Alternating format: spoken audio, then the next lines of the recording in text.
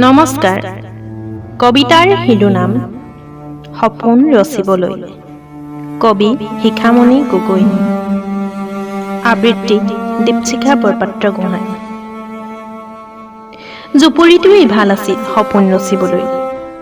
আকাশৰ তৰা দেখা চালিখনে সপোনবোৰক বাট দেখুৱাই দিছিল।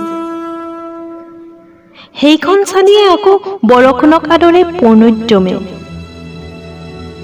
বিভীষিকা বৰা ৰাতিবোৰত সপোনে পুলি পোখা মেলে। এটা আট্টালিকাৰ সপোনে কল্পনাৰ মণিকোট সাজে। টোপনিয়ে চকুৰ পতা জাপ খুৱাই নিয়ে। সপোন দিঠকত পৰিণত হয়, কল্পনাই বাস্তৱত মণিকোট সাজে। আট্টালিকাৰ সপোনে প্ৰাণ পাই উঠে। চকুৰ টোপনি পলকতে নোহোৱা হৈ পুৰণিক ৰিঙি আই মাতে। চকুৰ পুৰণিয়ে নতুনক স্বীকাৰ নকৰে।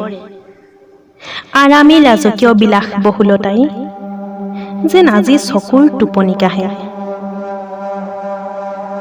সপোন ৰচিবলৈ কল্পনাৰ মণিকোট সাজিবলৈ যেন পুৰণিয়ে ৰিঙি আই মাতে।